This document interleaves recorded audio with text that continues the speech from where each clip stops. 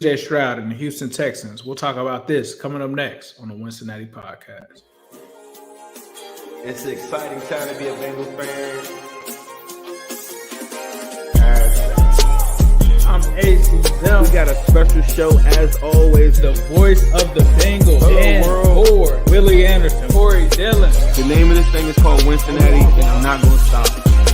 Talk to us about that roller coaster season. I'm still going to give you the same AJ. I'm going to work as hard as I can to be the best. Always working ever since I met y'all boys. I got to get your top 5 receivers.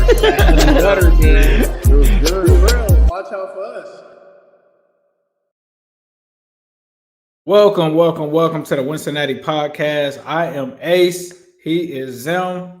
Zem, it's been getting crazy and a little spicy in the Twitter spaces. If you're not following Zem on Twitter, at ZemHude. If you're not following me, at New Stripe City, at the Wincinnati Pod. If you're wondering what are spaces, they happen on Twitter. And when you see one of us on Twitter and you see that purple light around us and it lit up, it is basically a whole room where you get to speak and talk to fellow Bengals fans and Texans fans. But Zem, talk to me about them spaces, bro, because it seemed like you just came from the trenches. Hey, look, I'm gonna tell y'all this. Ace is talking about spaces, and it's fun. It does get very spicy. So if you're the faint of heart and you don't really want to hear people yelling at the top of their lungs at times, you might don't want to go to it. But I will tell you this. Your favorite Bengals, whatever writer, analyst, whatever, they not going in the trenches in those spaces like that because you really got to really stand up for your team. And I feel like Ace goes in there a lot. We got a lot of guys like our boy Game On, Just Eric, all these guys. There's too many people to name. But we go in there, we just be fighting the good fight. And I feel like it's supposed to bring awareness to other teams. And we do a really good job of that at times. But a lot of times you walk into different ones where people just don't care and they don't really care about the information that you're providing, and it leads to spicy conversations. So I just left one of those. They're very different, but we're going to handle them, and we're going to do what we got to do for Hude once the Bengals win this game, and we're going to show them exactly how Hude get down. For sure. So on today's show, obviously, we're going to get into what this game means for both sides. We'll talk about the matchups, the offense and the defense. We'll give you guys some other things all entailed to this game. Getting into those coming up next.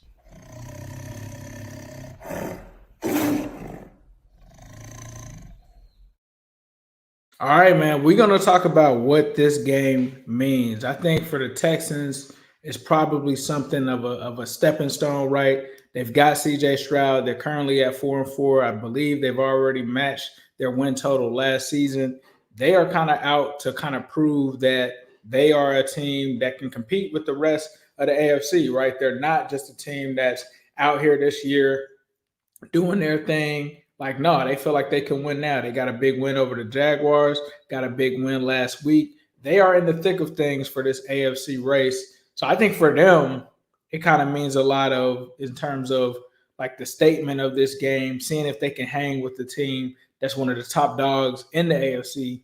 If not by some consider it the top dog in the AFC. Zeb, what are you thinking about this game? Like, what does it mean to you? I think it means a lot for both teams. I think if I'm being honest, I think Texans in a dogfight for a wild card spot at 4-4. This is a big game for them. We're going to get into the injury, report coming up. Is bad timing in that regard for them. And I think for them, they got to probably play some people that maybe they don't want to because they're in a dogfight at 4-4. To put it into perspective, the Bengals haven't been 6-3 in the Joe Burrow era. Did y'all know that? That the Bengals, the best that they have been is 5-4, and we just generally gone on runs to go and get into the playoffs or go win the division or what have you. I see a purple person in here tonight, back-to-back division champs, even though we started at 5-4 each time. So that's one thing that I just think, would be good to give the Bengals that cushion to be 6-3. And I think with the games that we got coming up after that too, you got to kind of think about that too. And this might be one of the better favorite matchups for us. So the Bengals have to take advantage of that. Yeah, I agree with you. I think for the Bengals, it's definitely a big game. You mentioned they had the opportunity to start off 6-3 which if you were talking to analysts and stuff like that when we were 1-3, they probably would have never guessed that, right? But I think, like you're saying, especially with a team like the Ravens coming on after this game, this is a huge game because not only can you reduce that gap, like if the Ravens lose, you get the opportunity to play them and take some of that lead of the AFC North away from them. So it's a divisional game, but this is also an AFC game, so it means a lot, right? Like a lot of the wins that the Bengals have had, unfortunately, have been against NFC teams. And when you're in this playoff picture and in the hunt and you're trying to climb up that board, that AFC conference record is going to matter. So I think this is a huge game, especially with them having it at home. I think, like you mentioned, with the injuries and things that are happening, it just lines up for them to be able to come through, get this dub, and then return on a short week. So I think this is extremely important. Like, you can't get to that Ravens game without going through this Houston game first. And I think that this is the game that matters with what's in front of you right now. You kind of mentioned the injury report. I'm going to share this injury report. It looks like a CVS receipt for the Texans. I'm not going to hold you. But starting 23 guys on the list yesterday.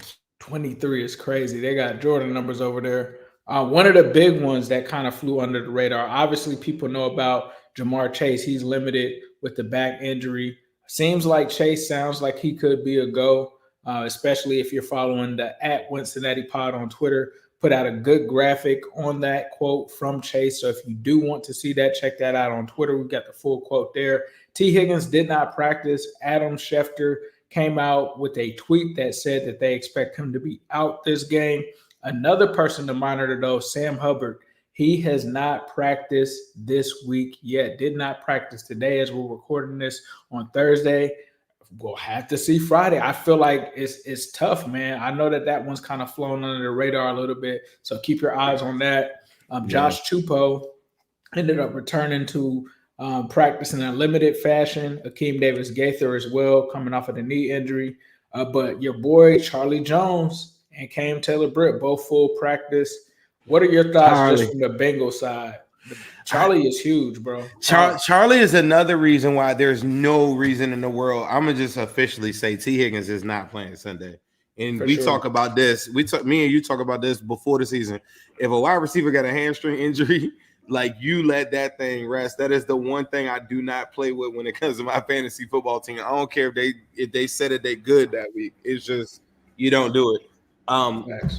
I think the Charlie Jones one makes it so that the pressure on the wide receivers is a little bit taken off of, because I think you can give him all the jet sweeps, all the bubble screens and stuff that you would have probably gave Jamar Chase. You mix that in with, Trent Irwin, and then Jamar, take it easy on him and don't give him those plays. Don't be shying away from letting them go vertical too. I think Jamar does play. He says he plans on playing. We'll wait and see. We've been talking about it being healthy, but we've been talking about him getting 100% healthy, but he said he feels much better. He's been getting hyperbolic treatment, and something that he believes is giving him more oxygen to his body and helping him heal faster, something that he started up last year. On the Texans side, you got fullback Andrew Beck, wide receiver Nico Collins, who is on my fantasy football team.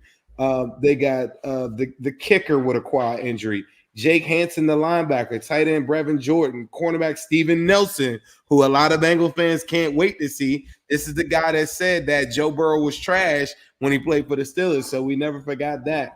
We also got Damian Pierce and the linebacker from Alabama, Henry, I can't pronounce his last name, and Jimmy Toto. Jimmy Ward also is very important to that secondary, has a hamstring injury. He didn't practice. Those are just the guys that didn't practice. Guys like Will Anderson and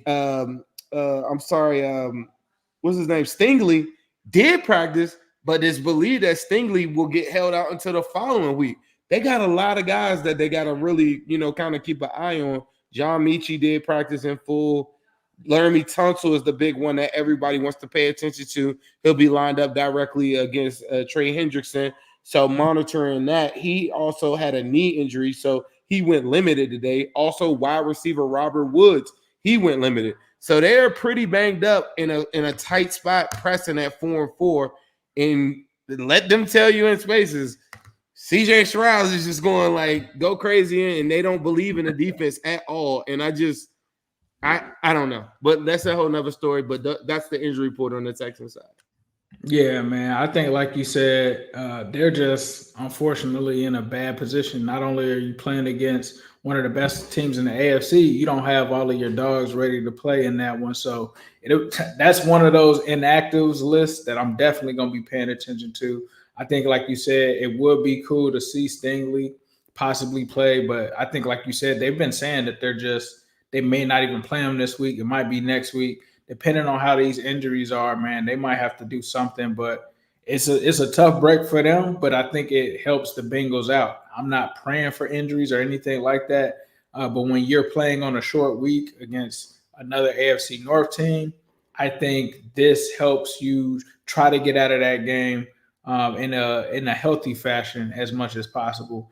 And this may be something where it kind of aids the Bengals offense, especially you look at all of those injuries on defense. A lot of them are on defense, right? And then when you talk about Laramie Tunsil, that's going to help the Bengals defense out as well. So we'll see, man. But that's crazy, man. I've never seen not a depth chart, but an injury report look like that. You would think the Ravens would have had that before, right? The way that they talk about their injuries. You know what's so crazy in that 2021 season, though? The Titans injuries was crazy, too, though. That was another one. I remember you got a mutual in with the Titans. I got one, too. And they had some crazy injury reports in that 2021 season, too. So we're going to see, man. Did you hear any Texans fans bring up the injuries? I didn't really hear it like that. I heard a lot of CJ Stroud going to show up. I didn't hear we about to lose this game. Well, after they talked a tremendous amount of trash, then we all challenged them, betting them wagers and money. They all declined after talking all that trash. Then they started copping pleases. It then started saying, "Yeah, y'all might don't guys see Jimmy Ward," and then I'm like, "Why weren't you talking all that cash money?" Like, bro, we are like advertising for Twitter space. Like, I'm not trying to give Elon money or whatever, but y'all got to follow me and Ace on Twitter, because I promise you, it is funny, it's engaging, and it's some really cool stuff going on. All right, yes, sir, it definitely is. Let's get into this Texans offense, right? CJ Stroud, hottest quarterback arguably outside of Joe Burrow in football right now, right? Like, I think it's really because of that one game, because when you go back to the Carolina game, obviously that was probably his worst performance. But outside of that, he's been a guy that has consistently played well from the quarterback position. Hasn't really turned the ball over that much. Looking at some of the splits that I have, though, Houston on the road, 29th rushing offense in the league. They're not a team that is going to run the ball on you. When it comes to the total offense, they're 22nd. So even though they've got a pretty decent passing offense that's ranking 17th on the road right now, this is not an offense that's really just going to blow you away, right? Pause. But the other thing as well, the scoring offense, they are 20th when it comes to that. They're pretty good when it comes to sacks allowed. Their offensive line is the 6th best in the league on the road. However, when you talk about pressures and things outside of sacks, they are 24th. So this, even though it is a good offensive line on paper, you can get pressure on them. When it comes to their scoring, they're kind of in the middle marks on the league. So not a bad offense, but not one that's going to run the ball on you. Obviously, it starts with CJ Stroud. They got different receivers. But what are your thoughts on like this Houston offense just from afar? I don't know if you're taking a look at the tape or just examine them. I've checked them out. A cool stat that I have for you is the Texans had 4 players with 60+ receiving yards and 1 touchdown in Week 9. That was Noah Brown with 153, Dalton Schultz with 130. You talk about Dalton Schultz and the Bengals recently with the tight ends and what they've had going against tight ends. That's something to definitely take a look at. Tank Dell had 114, 2 tutties, and Nico Collins had 66 in a touchdown as well. Also, PFF highest graded player. Actually, I'm sorry, that was the wrong week. I wrote down the wrong week. But they got some guys though that I just thought that if I'm going to highlight them, Noah Brown is a guy that you guys got to remember that we played in that Cowboys game last year, who had his way with us. So I get it, new team, new season, but that is a guy that you should remember. Like I said, he had 10 targets, 9 receptions, 210 yards, 1 touchdown, and a 152 passer rating in the last 2 weeks when targeted. What are your thoughts on like matchups, right? Because obviously you have Tank Dell out there. Tank Dell is somebody that I'm going to pay attention to. We kind of talked about with the injury report. You don't know outside of who is going to be there. We do feel like Dalton Schultz will be there, right? He's been having a big season for them as well. From your perspective, like matchup wise, are you throwing DJ Turner on a Tank Dell? Like, how are you playing that? I know you gave some insight on what the Bengals should do to Diggs. They kind of ended up doing what you said. So from your thoughts, from your perspective, how are you going to line up against this offense? I feel like that's the new wave in the NFL too. It's like if a team has like a dominant elite one, you take your 2 lesser corners and put them on there, and then you let your dominant corner go and take the number 2. And so it wasn't like some crazy thing when I said that last week. To me, that's what most teams have been doing, especially the Ravens. I thought the Ravens started off as one of the first teams to do that to us and try to put Marlon Humphrey directly on Tee Higgins. This week, though, I think that the great thing about what CJ Stroud does is that he manages what he wants to do from a play calling standpoint, and he makes sure that he puts the best players or the players in the position to succeed. And he won't care if it goes to Nico Collins, if Nico Collins plays. He won't care if it goes to Tank Dell. He won't care if it goes to Robert Woods or Dalton Schultz.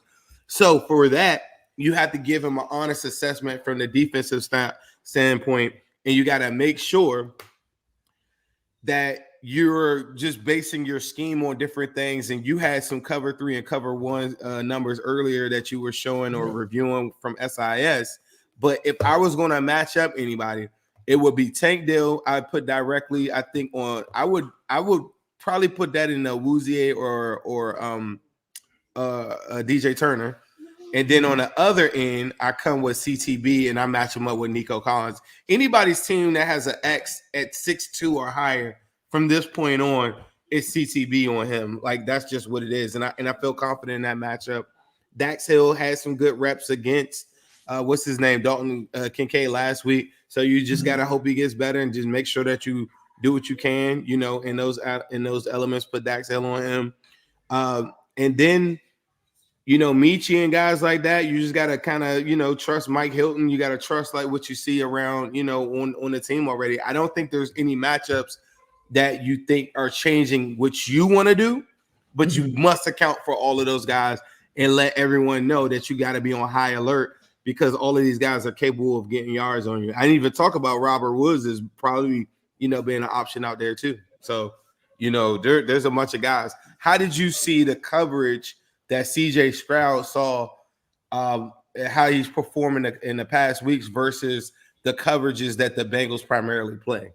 If you had that already. Yeah, he's actually done pretty well. I believe it was 7 touchdowns, no interceptions, but obviously he hasn't really thrown too many interceptions. I believe the completion percentage was 61.5%. He saw over 100 snaps of that coverage. So he's done fairly well. However, the Panthers play a lot of zone. I'm not sure exactly which types of it, if they were in cover 2 or not. But he actually performed pretty well against that coverage. So it's going to be interesting. But I think one of the big things in this matchup, even though we're talking about the defense, you can't talk about the defense and not talk about the Lou father. I think the chess match between Lou and that rookie offensive coordinator over there is going to be something that plays into the Bengals' hands, right? I think Lou is going to give CJ Stroud, and I think all Bengals fans think this, looks that he's not really used to seeing, right? That's what Lou does. He's done it to the Josh Allens of the world. He's done it to the Pat Mahomes of the world, guys with bigger resumes that are just as talented, if not better than CJ Stroud. So for me, I think that's going to play fairly well into the Bengals' hands in that aspect. This is a big game, and I'm going to say this because I don't know if Sam Hubbard is going to be there as we're recording this. I'm going to act like he's not. This is a big potential Myles Murphy game. Him going against a guy like George Fant, the athleticism. Watched the All-22 last week. He flashed on the All-22, almost got a sack. Shout out to my man Bengals Sands for really talking and pointing out about the impact that he had in that game. Big game for him, potentially Osai as well, right? Because somebody has to get some of those snaps as well. Cam Sample, another person. The Bengals defensive line, I think, can do some damage against this Texans offensive line that's a little hobbled right now. We all know what Trey Hendrickson can do, and I think Trey Hendrickson, I'm taking him against anybody. But one of the main guys I'm looking at in this one, B.J. Hill, the interior of that offensive line in Houston has not been the greatest. Like, they're not awful, but that is where the weak point is when you look at Dieter, the center. Maybe that's something. This could be a revenge game for DJ Reader. I think this is the first time DJ Reader has played the Texans since coming to the Bengals. Then you also have Howard as well. So I think there are some guys there outside of Shaq Mason that they can actually get to. I think, when you look at Fant, Dieter, and Howard, those are some of the weakest parts of their offensive line. So I think the defensive line comes up big in this one. And I think you kind of mentioned with Dalton Schultz, our secondary against their receivers or their weapons is going to be huge as well, especially with what CJ Stroud's been able to do. But again, we saw him on fire, but we also saw him get limited in that Panthers game. I think that you'll see something closer to that Panthers game than you will the Bucs game. I don't know if he's against Lou's defense going to light it up like that. Yeah, I agree, man. I just think I was talking to them and they were looking at the overall numbers, and I don't want to keep on saying the same point over and over again, but the Bengals offense was so bad in the first 4 weeks of the season that it left the defense out on the field. I thought in the last 4 weeks of the season, none of these teams are scoring over 20 points, and we're talking about the Josh Allens of the world. We're talking about a 49ers team that was running for 142 yards a game. And of all people, the Texans would know that we got DJ Reader up front, who is like our Joe Burrow of the defense, handles everything up front. You don't run on us, and then they just go from there, bro. And I just think that they're not a team that runs the football well. And then from there, the Bengals are going to stop the run and the little bit that I think that they're going to try to do. And sure, CJ Stroud can get off on them, but I just feel like Lou, anytime he sees a team that is skeptical or reluctant to run the football, he makes them pay. If you look at the 3 losses that we have this year, those are all running teams. When they got up on us, they started running the football. If you don't have the ability to run the football, your best star running back and Dameon Pierce isn't playing. Those are the avenues that I could see the Texans maybe getting a turnover, making something happen, get a lead, and then running it. But if you're telling me that this dude CJ Stroud's going to throw, I just think that you might want to cut on the Panthers tape, and then after that, go watch every quarterback that Lou Anarumo had seen, from Pat Mahomes to Josh Allen, whoever you want. You want to talk Tom Brady? Would he give him like 4 picks and a half? Like I don't know why people don't act that they act like this with our defense. I get it, Joe Burrow steals the show, but the defense has been the better unit on this team the whole entire season. The offense just got good for us the last couple of weeks. Yeah, you kind of mentioned the turnovers, man. The turnover differential. Houston on the road is the sixth ranked in the NFL. Cincinnati at home is 7th.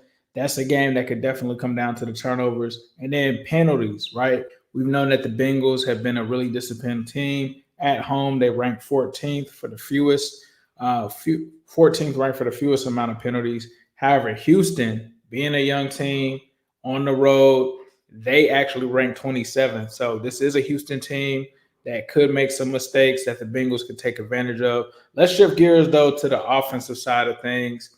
Looking at the Bengals offense and what they can do against this Texans defense. Right now, currently, the Bengals are 17th in EPA right now. They're 11th in passing offense at home. That is something that has definitely cleared up for them. They are still, right now as it stands at home, the 32nd rushing offense in the league. They're going against a rushing defense with the Texans that's 16th on the road.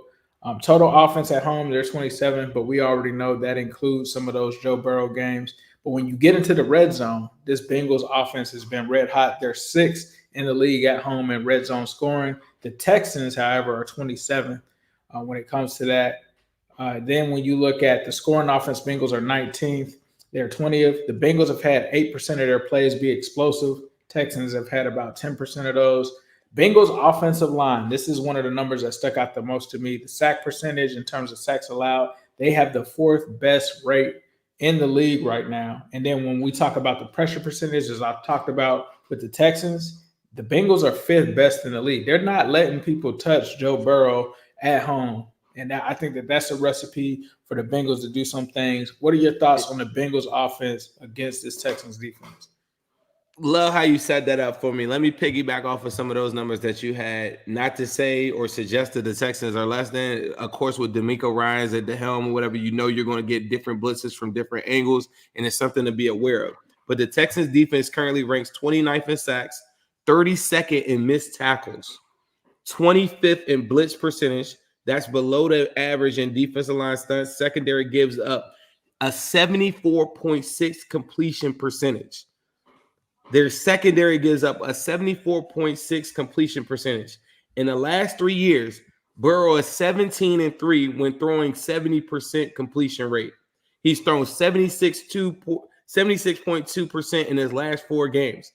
If the secondary is giving those 70% and they aren't getting sacks and you aren't getting the Burrow is 17-3 when throwing it. Shout out to my boy Know-It-All for those amazing numbers that he sent me earlier. And when you watch them on tape, you'll see some of the pressure rates and different things like that, but they don't finish. And the Bengals playing at the offensive, the rate that they're playing right now in the last 4 games, they're third in the NFL as far as giving up sacks. So at those combination of things of why they're playing how they're playing right now, I just think I think a lot of people are thinking it's cocky that we're saying, or at least I'm saying, I wouldn't play Tee Higgins and I might entertain not playing Jamar Chase. Not because I think that the Texans are less than. I just think that the Bengals have to play mistake-free football. It's very simple. Like last week, Bengals score 40 points if they make no mistakes with Jamar Chase and Tee Higgins going off and doing all that, right? Joe Burrow doesn't miss that pass at the end. They don't have all those false start penalties. They don't have the holding penalties and stuff that took away points off the board. You talking about the Bengals scoring 40 points. Check this out. No Tee Higgins and no Jamar Chase. Take away those penalties and everything like that. I think the Bengals are still good for 27 points every single week. That's how good Joe Burrow's playing. And we've seen this happen before. And that's not to say that I think the Texans are less than. I just believe that the Bengals ultimately, their major goal that has stopped them from winning Super Bowl the last 2 years is going into the playoffs not healthy with their offensive linemen, but not being healthy. And if I can get all those guys healthy going into the playoffs, I don't think a team could beat us. Most certainly not on the AFC side. We just showed that with the Bills. You packed up the 49ers on the other side, which is they're 100% going to be in the NFC Championship game. They just got to be healthy. You got guys like Charlie Jones coming back. You got Tanner Hudson now stepping up. You got Drew Sample making plays. And even if he doesn't make plays, his blocking ability and just running plays and not making mistakes is good enough to make sure that you're competitive and you're in a football game and you're playing efficiently. And if Joe Burrow has been playing like the way he's played the last 4 weeks, look out. TIs of the world, all these dudes, they all just get open, and it is what it is. Nobody wants to talk about that because they want to stand on Joe Burrow has his weapons. But we seen Joe Burrow last year without Jamar Chase, Tee Higgins, and Tyler Boyd for multiple games. So I know a lot of people are like, man, we got to play him. We got to play him. Like, I get you, but then at the end of the road, I know exactly how good this team is, and I felt like that before the season started. And I just think that the Bengals are offering something that the Texans haven't seen on defense with Lou Anarumo, and on the offensive side, they hadn't seen a quarterback like this. Yeah, I agree with you, man. I think this is a game that they could showcase some of those other weapons, which is what they kind of did the last game, low-key, outside of Tee Higgins, right? It was a game where you got to see the tight end core be used. That's something that could happen, especially with this Texans defense not really having too many great linebackers. So that's something that they can take advantage of. This could be a Yoshi game. I know y'all see me wearing the green FAMU shirt right now. This could be a Yoshi game, especially with him getting more snaps. Bro, you know who we ain't bring up? We ain't brought up Joe Mixon at all. Like Joe Mixon is a major key in this game. That's what I was thinking about this too. We hadn't brought it up.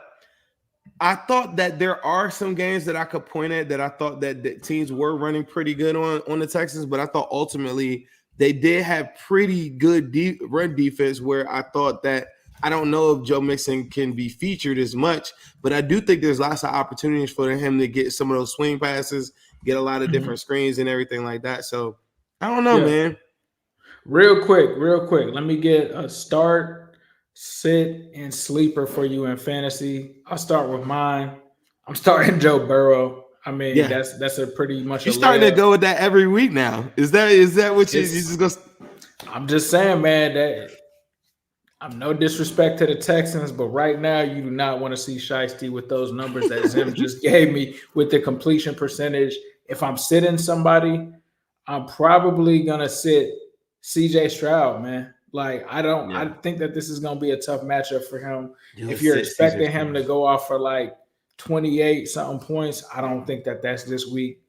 So I will probably sit CJ Stroud. My sleeper, give me the anytime touchdown or give me the Yoshi. Nobody's gonna start him this week, but give me Yoshi as the sleeper this week. I think if you're in a deep league and you're wondering if Jamar Chase ends up sitting out or something like that, grab Andre Yosivas. 2 touchdowns this season. I could see a third one happening this Sunday. What about you, bro?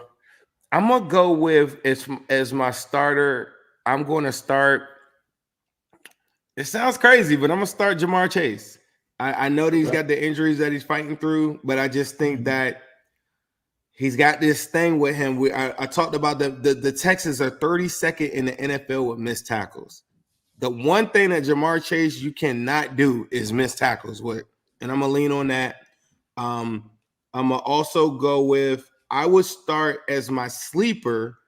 I'm gonna go Tanner Hudson. I think Joe Burrow likes Tanner Hudson a lot. The Yoshi one, I feel you on it, but I think Charlie Jones might eat into the target share. I think you might have Tyler Boyd get a Joe Burrow, Trent Irwin. Joe Burrow's just gonna go to anybody that's open if Tee Higgins isn't there, and I mean it looks like Tee Higgins isn't playing, and so that's the only reason why. I think in the red zone he 100% is gonna be looking for Yoshi. So look out for a Yoshi. And I don't know what the prop deals are on an anytime Yoshi touchdown. That might be some good odds, but I think in the red zone, he's shown in the scramble drill, he loves Yoshi in those moments, and I think he'll have opportunities to do it. To sit, I'm going to say sit. I'm going to go Nico Collins. I know he's got the hamstring injury. I mentioned him because he's a top 10, top 15 fantasy football wide receiver by most PPR leagues. I have him on my league too. I mean, on my team. I wouldn't start him this week. Hamstring. You got the Ludini on the back end. I just think that it's going to make Stroud look like a little different. I would say this though. I would start Dalton Schultz though. Yeah, for sure. I think that it's going to be a good game to look forward to this weekend. We don't really put out the predictions, the score predictions, but I think that the Bengals are going to cook. And speaking of cooking, I'm going to toss it to our friends at Midwest Best Barbecue.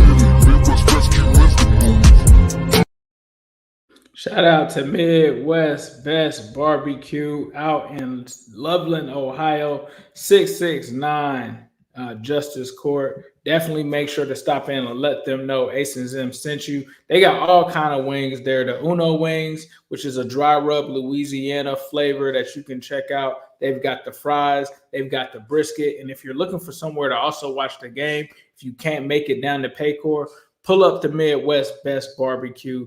Chill with Tim and Nicole, watch a game.